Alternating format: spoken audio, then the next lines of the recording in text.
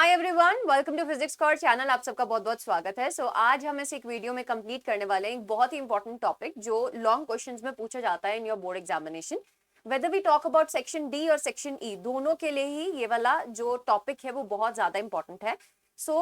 AC generator basically हम cover करने वाले हैं और इलेक्ट्रोमैग्नेटिक इंडक्शन चैप्टर में अकॉर्डिंग टू योर एनसीईआरटी ये टॉपिक एग्जिस्ट करता है, बट इसमें जो बेसिक अंडरस्टैंडिंग है वो ऑल्टरनेटिंग करंट की भी आपको चाहिए। ऑल्टरनेटिंग करंट चैप्टर बहुत बढ़िया तरीके से इन शॉर्ट वन शॉट मैंने आपको कवर कराया है इसी चैनल पर। उसका जो लिंक है वो मैं आई बटन में पिन कर रही हूँ, आप वहां से जाकर देख सकते हैं। If you are new to this channel, don't forget to subscribe to the channel and press the bell icon if you are board 2026 aspirant या फिर आप अपनी नीट जेई या फिर सीयूटी की प्रिपरेशन कर रहे हैं। So wish you good luck. Let us start with no more delays. Let me tell you that board examination में डरने की कोई जरूरत नहीं है। If you are part of this channel, आपकी फिजिक्स की तैयारी की जिम्मेवारी मैं लेती हूँ, बट आपको उसके लिए रेगुलर क्लासेस में जुड़ना पड़ेगा और वीडियोस को फॉलो करना पड़ेगा। डिस्क्रिप्शन बॉक्स में आपको टेलीग्राम चैनल का लिंक, व्हाट्सएप चैनल का लिंक और इंस्टाग्राम चैनल का लिंक मिल जाएगा, जहां पर आपको नोट्स प्रोवाइड करती रहती हूँ मैं time to time. So please make sure that आप टेलीग्राम चैनल को तो एटलीस्ट जरूर से ज्वाइन करके रख रहे हैं। साथ ही साथ अगर हम बात करें इस टॉपिक की, तो let us begin with full energy. AC generator एक ऐसा टॉपिक है जो लॉन्ग क्वेश्चंस में पूछा जाता है एंड इसमें से बेसिकली जो क्वेश्चन पूछा जाता है, किस टाइप का क्वेश्चन पूछा जाता है, it is like with the help of a diagram briefly explain the construction and working of the AC generator. आपको डायग्राम की हेल्प से एसी जनरेटर की वर्किंग को, कंस्ट्रक्शन को एक्सप्लेन करना वहां पे पूछते हैं पेपर में। अच्छा, अब बात ऐसी है कि एक तरीका है कि ये आपको जो नोट्स मैंने प्रोवाइड भी किए थे टेलीग्राम पे, मैं आपको यहाँ से समझा दूं, ठीक है। इसमें प्रॉपर तरीके से पॉइंट वाइज चीजें लिखी गई हैं, बट अगर हम थोड़ा और इन डेप्थ जाकर इस टॉपिक को अच्छे से समझ ले तो डेफिनेटली बेटा आप इसको अपने वर्ड्स में भी लिख सकते हो। इन दैट केस आपको इसको क्रैम करने की जरूरत नहीं पड़ेगी। सो फॉर दैट आपके लिए मैंने स्पेशली हैंड रिटन नोट्स बना रखे हैं जो आपको प्रोवाइड भी किए जाएंगे, but in handwritten note से हम इस टॉपिक को बहुत अच्छे से कवर करेंगे, ठीक है। सो लेट अस स्टार्ट बेटा। एसी जनरेटर एक्चुअली होता क्या है? एसी जनरेटर एक ऐसा डिवाइस है जो मैकेनिकल एनर्जी को इलेक्ट्रिकल एनर्जी में कन्वर्ट करता है। Basically it is a kind of device जिसको हम मैकेनिकल एनर्जी से चलाते हैं, यानी कि हम खुद की मेहनत से उसको चला रहे हैं। अब वो मैकेनिकल एनर्जी डिफरेंट डिफरेंट तरीके से हम समझ सकते हैं, है ना। सिंपली अगर हम एक किसी हैंडल को बेटा जी गोल गोल घुमा रहे हैं, दैट इज हम मैकेनिकल एनर्जी वहां पर लगा रहे हैं। उस हैंडल को with the help of very high pressure हम मूव करा रहे हैं, that is also kind of mechanical energy, ठीक है। सो जब मैकेनिकल एनर्जी को इलेक्ट्रिकल एनर्जी में कन्वर्ट करते हैं, that is basically linked with a kind of generator जिसको हम एसी जनरेटर बोलते हैं। अब एसी जनरेटर किस प्रिंसिपल पर वर्क करता है? It works on the phenomena of electromagnetic induction. Electromagnetic induction chapter में हमने ये सीखा था दैट सिंपली अगर आपके पास सर्किट में कहीं भी there is change in magnetic flux, if there is any change in magnetic flux। अब magnetic flux में जब हम change समझ, तो बेटा जी आपको पता है that magnetic flux is equals to BA cos of theta, जहां पे B is the magnetic field, A is basically the area vector, या एरिया आप कंसिडर कर सकते हैं। अगर वेक्टर फॉर्म में कंसिडर करेंगे तो area vector, and theta is basically the angle between the magnetic field and the area vector. अब इन तीनों में से अगर कुछ भी चेंज होगा तो फ्लक्स में चेंज आएगा and there will be an induced EMF which was given as minus of d phi B by dt। तो ये इसी प्रिंसिपल पर काम करता है कौन? इलेक्ट्रोमैग्नेटिक इंडक्शन के इसी प्रिंसिपल पर काम करता है कौन? AC generator. So let's come back to this notes. प्यारे से नोट्स पर वापस आते हैं बेटा। So AC generator works on the phenomena of electromagnetic induction and generates AC, that is alternating current। अब आई होप आपको ये चीज पता है that direct current and alternating current क्या होता है। बेटा डायरेक्ट करंट जो कि वक्त के साथ चेंज नहीं हो रहा है, ऑल्टरनेटिंग करंट जो टाइम के साथ साथ चेंज हो रहा है। अगर हम इक्वेशन वाइज समझे तो बेटा अगर करंट आपको 5 एम्पियर इस तरीके से दे रखा है, this is a basically a direct current. अगर आपको करंट का expression I is equal to I naught sine of omega t in this form दे रखा है जहां पे करंट टाइम डिपेंडेंट है, so this is basically the alternating current. अब प्रिंसिपल ऑफ एसी जनरेटर बेटा आपको पेपर में किस तरीके से लिखना है? हेडिंग्स के साथ यहाँ पर आपको ये वाले नोट्स जो है मिलेंगे। It converts mechanical energy into electrical energy, that is induced current और induced EMF. It works on the principle of electromagnetic induction. ये इलेक्ट्रोमैग्नेटिक इंडक्शन के प्रिंसिपल पर काम करता है, ये लिखना बहुत ज्यादा जरूरी है, ठीक है। ये यहाँ पर आप अगर पेपर में मेंशन करेंगे तो आपको प्रिंसिपल वाले पोर्शन के फुल मार्क्स मिल जाएंगे। उसके बाद आता है कंस्ट्रक्शन। कंस्ट्रक्शन में क्या क्या यूज होता है? एसी जनरेटर की कंस्ट्रक्शन में बेटा दो स्टेशनरी मैग्नेट्स यूज होते हैं of opposite pole, that is north pole and south pole. अभी मैं डायग्राम भी दिखाऊंगी आपको, ठीक है, जो कि बहुत ह्यूज अमाउंट की मैग्नेटिक फील्ड को वहां पर जनरेट करते हैं, ठीक है। एक रेक्टेंगुलर कॉइल यूज होता है बेटा, जिसका नाम क्या है? आर्मेचर कॉइल, ठीक है, उसको हम आर्मेचर कॉइल बोलते हैं, जो बेसिकली किस तरीके से बनता है? सॉफ्ट आयरन कोर यानी कि फेरोमैग्नेटिक मटेरियल के ऊपर हम वायर को क्या करते हैं? वाउंड करते हैं, गोल चक्रे से वाउंड करते हैं, ठीक है। फिर यहाँ पर एसी जनरेटर में होते हैं टू स्लिप रिंग्स, ठीक है। टू स्लिप रिंग्स बेसिकली बेटा they are like a cylindrical pipe only, as the name is suggesting. Slip rings ये क्या करेंगे बेटा? स्लिप करेंगे। इनका वर्क फंक्शन क्या है, किस तरीके से काम करते हैं, अभी उसके बारे में हम बात करेंगे आगे। Next is carbon brushes. इसमें कार्बन ब्रशेस यूज होते हैं बेटा, they are kind of metals जो हमें कॉन्टैक्ट बनाकर देते हैं electrical connection between the load resistance जिसके अक्रॉस हम आउटपुट ले रहे हैं and with the galvanometer as well as slip rings, ठीक है। अब आपके सर्किट में ईदर गैल्वेनोमीटर या फिर कोई भी बल्ब अगर हम यूज कर रहे हैं और उस एसी जनरेटर के द्वारा अगर फ्लक्स चेंज होने पर induced EMF and induced current आ रहा है तो गैल्वेनोमीटर उस करंट को डिटेक्ट करेगा, there will be deflection in the galvanometer, right. अगर आप बल्ब का यूज कर रहे हैं तो वो बल्ब जगमगाने लगेगा बेटा अगर वहां पर इंड्यूस्ड करंट आएगा सर्किट में। सो कार्बन ब्रशेस का काम होता है कॉन्टैक्ट बनाना, किसमें बेटा जी? बोलिए। कार्बन ब्रशेस का काम होता है कॉन्टैक्ट बनाना in between the load resistance जिसके अक्रॉस हम आउटपुट ले रहे हैं and the galvanometer as well as the slip rings, ठीक है। एक रोटेटिंग हैंडल यूज होता है। अब इसका डायग्राम देख लीजिए, this is a kind of diagram जिसको मैं एक बार जूम आउट करके आपको पूरा डायग्राम दिखा देती हूँ। इस तरीके का डायग्राम आपको पेपर में ड्रॉ करके आना होगा बेटा। ये आपके दो पोल्स हैं, north pole and south pole. एक अच्छी खासी मैग्नेटिक फील्ड बेटा यहाँ पे जनरेट हो रही है नॉर्थ टू साउथ। बीच में ये जो रेक्टेंगुलर कॉइल बनाया हुआ है this is an armature coil जो सॉफ्ट आयरन कोर के ऊपर हम वायर बाउंड करके बनाते हैं। These blue ones, big ones are R1 R2 are the slip rings, ठीक है बेटा। ये B1 and B2 carbon brushes हैं, इनके द्वारा बेटा लोड रेजिस्टर के साथ एक कॉन्टैक्ट बन रहा है और ये एक हैंडल है, रोटेटिंग हैंडल, जिसको हमने परपेंडिकुलर रखा है as comparative to the direction of the magnetic field. These two are the stationary magnets, ठीक है, जो नॉर्थ पोल एंड साउथ पोल अलग अलग डिफरेंट ऑपोजिट पोल्स यहाँ पर हमने अलाइन किए हैं। सो this is basically the construction part, ठीक है जी। आगे चलते हैं। अब कुछ इंपॉर्टेंट वैल्यूज जो मेंशन करना जरूरी है वो आपके यहाँ नोट्स में मैंने प्रोवाइड की है बेटा। मैग्नेटिक फील्ड की वैल्यू कितनी होनी चाहिए? It should be 1 to 2 Tesla, ठीक है। जो जनरेट हो रही है वो 1 to 2 टेस्ला तक जहां पर जनरेट होनी चाहिए। Rotational axis should be perpendicular to the magnetic field lines and armature coil is basically wire wound on the soft iron core। तो ये कुछ इंपॉर्टेंट पॉइंट्स हैं बेटा जो आपको वहां पर मेंशन करने होंगे। ये कुछ स्टेज 1 स्टेज 2 की बात की गई है। सबसे पहले अगर हम स्टेज 1 की बात करते हैं, अब हम वर्किंग पे आ रहे हैं। वर्किंग अगर मैं तुम्हें मोटा मोटा एक्सप्लेन करूं, हम प्रॉपर लिखने वाले कैसे हैं वो मैं सब एक्सप्लेन करूंगी, डायरेक्शंस भी बताऊंगी आपको इसमें बहुत अच्छे से। बट अगर मैं आपको ओवरव्यू दूं कि वर्किंग चलती कैसे है बेटा, जब हम मैकेनिकल एनर्जी प्रोवाइड कर रहे हैं with a rotating handle, let me open the diagram for you.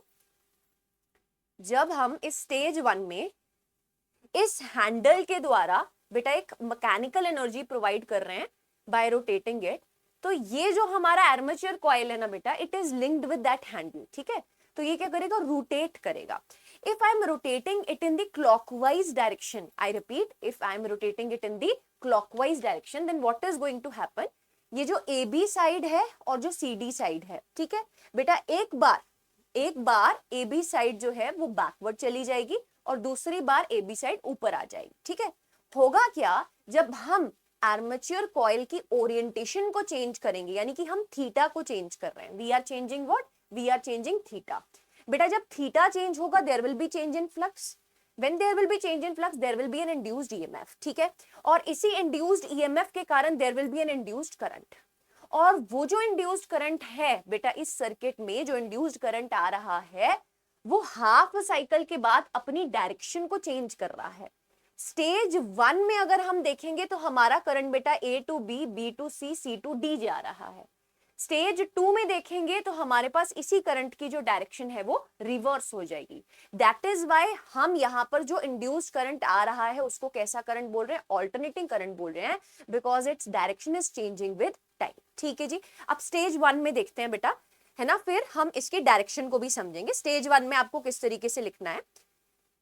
Stage 1 में जो ए बी साइड है वो फ्रंट साइड है और जो सी डी साइड है वो बैकवर्ड साइड चली गई।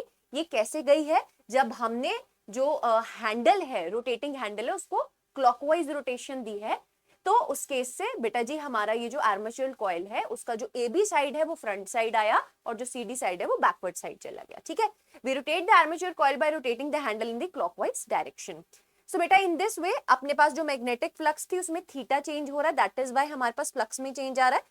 Due to this change in flux, there will be an induced EMF and hence induced current in the circuit whose direction is represented in the diagram. उस diagram में represented है। वो diagram समझाऊंगी अभी direction के basis में, सिर्फ और सिर्फ डायरेक्शन पार्ट अभी हम अलग से समझेंगे। ठीक है, अभी तक आई होप आपको बहुत बढ़िया तरीके से समझ आ रहा है। If you haven't liked the video yet, please make sure that you like the video, because ये छोटे छोटे एफर्ट्स जो आप पुट करते हैं towards me and towards this channel, वो एक्चुअली बेटा एक बिग रिजल्ट्स में डिफरेंस लेकर आता है। ठीक है, so it is a big motivation and please share this video with all दो स्टूडेंट्स जो भी आपके नोन हैं और जो बोर्ड एग्जाम या नीट एग्जाम की प्रिपरेशन कर रहे हैं। Please make sure that you share the video with them, right. Next अगर हम बात करें, ये जो इंड्यूस्ड करंट आया है बेटा, अगर हम सर्किट में बल्ब या गैल्वेनोमीटर का यूज करते हैं, इस इंड्यूस करंट के आने से बल्ब चमकने लगेगा और जो गैल्वेनोमीटर है बेटा उसमें डिफ्लेक्शन होने लगेगी। दोनों में से कोई भी एक चीज आप यूज कर सकते हैं। ठीक है, अब अगर for the direction of current हम बात करें in the electrical generator, we use Fleming's right hand rule. Fleming's right hand rule क्या कहता है, ध्यान से सुनिएगा बेटा, डायरेक्शन समझाने जा रही हूँ। ठीक है, फ्लेमिंग्स राइट हैंड रूल कहता है कि अगर आप अपनी फर्स्ट फिंगर को in the direction of field लेकर जाए, फील्ड कौन सी ma'am, magnetic field which is going from north to south. ठीक है, आप अपने थंब को in the direction of motion रख रहे हैं, यानी कि अब जो मोशन था वो क्लॉकवाइज डायरेक्शन हो रहा था बेटा, बोलो motion was in the clockwise direction, तो जो मिडिल फिंगर है वो ऑटोमेटिकली बेटा इंड्यूस्ड करंट की डायरेक्शन आपको देता है। ठीक है जी, अगर हम यहाँ पे बात करें तो बेटा राइट हैंड का अगर हम कॉन्सेप्ट यूज कर रहे हैं तो मैग्नेटिक फील्ड की डायरेक्शन में आपने क्या करना है, अपनी फर्स्ट फिंगर को लाइन करना है, थंब। अब आपको पता है ए बी साइड पीछे की तरफ चली गई थी, ए बी साइड पीछे की तरफ चल गई थी, हमने क्लॉकवाइज रोटेशन दी है बेटा, we have given the clockwise rotation. तो आप देख सकते हैं मैग्नेटिक फील्ड सीधी रखी, नॉर्थ टू साउथ जा रही है, थंब इनवर्ड रखा है, इंड्यूस करंट की डायरेक्शन कैसे आ रही है बेटा, ए टू बी आ रही है। ठीक है, induced current is going in the direction from A to B. Similarly बेटा A to B, B to C, C to D and then आपके पास कैसे चलेगा ये A to B, C to D. अगर आप कंप्लीट डायग्राम देखेंगे उसमें then R2 brush, then R1, then AB। ठीक है, आउटवर्ड वाला जो सर्किट है, आउटर सर्किट है, उसमें बेटा जी ब्रश B2 टू B1 जा रहा है आपका करंट। ठीक है जी, उसके बाद स्टेज 2 में क्या करना है आपको बेटा, अब AB को बैकवर्ड साइड ले जाइए, CD को फ्रंट साइड ले आइए। ठीक है, तो इस अनदर हाफ रोटेशन में आप देखेंगे कि जो डायरेक्शन ऑफ करंट है वो बदल रही है। अब जो डायरेक्शन ऑफ करंट है वो कैसे जा रही है बेटा, D to C, C to B, B to A।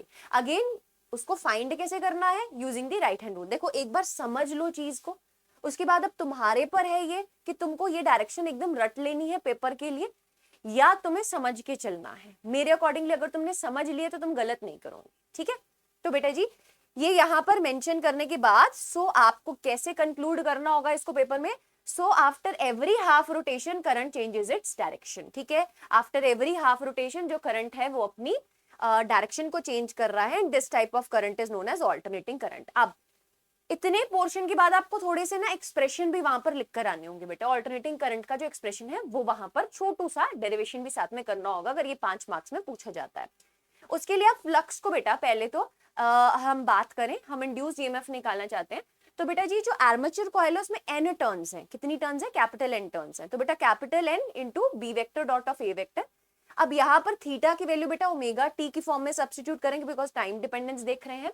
Flux की वैल्यू क्या आ जाएगी, n into B into A into cos of omega t induce EMF find करने के लिए minus d phi by d t करेंगे बेटा, तो minus of N B A d by d t of cos omega t. बेटा यहां से minus sine omega t आएगा, माइनस माइनस प्लस हो जाएगा, इंड्यूस्ड ईएमएफ आया क्या, बैन omega sine of omega t. अब अगर आप इसकी मैक्सिमम वैल्यू निकालना चाहते हैं उसके लिए साइन ओमेगा टी को 1 कर देंगे बेटा, मैक्सिमम वैल्यू के ऊपर न्यूमेरिकल अटैच्ड आ सकता है इसके, तो उसमें बैन omega B A N magnetic field area number of turns omega is the angular frequency. बेटा ये वैल्यूज वहां पर इनमें से चारों की चारों अगर वैल्यूज दी होंगी तो वहां से आप मैक्सिमम इंड्यूस्ड ईएमएफ निकाल सकते हैं। ठीक है, मैक्सिमम इंड्यूस्ड ईएमएफ आपके पास आ गई। अब इंड्यूस्ड करंट निकालने के लिए induced EMF divided by resistance value of the armature coil.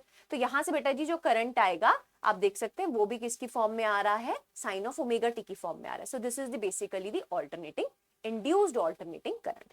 So AC generator I hope आपको समझ में आ गया। फर्दर आप ये डायग्राम उसके साथ ड्रॉ कर सकते हैं। साइन वेव आपको सिंपली ड्रॉ करनी है। आपको पता है साइन 0 0 होता है, 90 पर मैक्सिमम होता है, 180 पर अगेन 0 होता है, 270 पर -1 होता है, 360 पर अगेन 0 होता है। तो बस वही आपको बेटा जी यहाँ पर ड्रॉ करके दिखाना है, और साथ ही साथ आपको यहाँ पर ईएमएफ और करंट की जो वैल्यूज हैं वो बता देनी है कि कितनी कितनी आ रही है। ठीक है, अब एंगुलर फ्रीक्वेंसी बेटा 2 पाई इंटू लीनियर फ्रीक्वेंसी होती है। तो यहाँ पर आपको एक चीज याद रखना है, in most of the generator coils, कुछ इंपॉर्टेंट नोट पॉइंट्स देख लीजिए। In most of the generator coils बेटा कॉइल को स्टेशनरी रखा जाता है, और जो इलेक्ट्रोमैग्नेट्स होते हैं नॉर्थ और साउथ उनको मूव किया जाता है। यानी कि मोस्ट ऑफ द केसेस में ना सिर्फ थीटा को ही नहीं चेंज करते, बी को भी चेंज कर देते हैं। अब मैग्नेटिक फील्ड अगर चेंज होगी in that particular case as well बेटा जी हमारे पास फ्लक्स में चेंज आ रहा है। ठीक है, अगर हम frequency of rotation in India बात करें तो इट इज 50 हर्ट्ज, एंड अगर हम यूएसए में बात करें इट इज 60 हर्ट्ज। ठीक है, सो अगर हम कमर्शियल जनरेटर्स की बात कर रहे हैं, the mechanical energy required for the rotation of the armature coil is provided by the water falling from a height.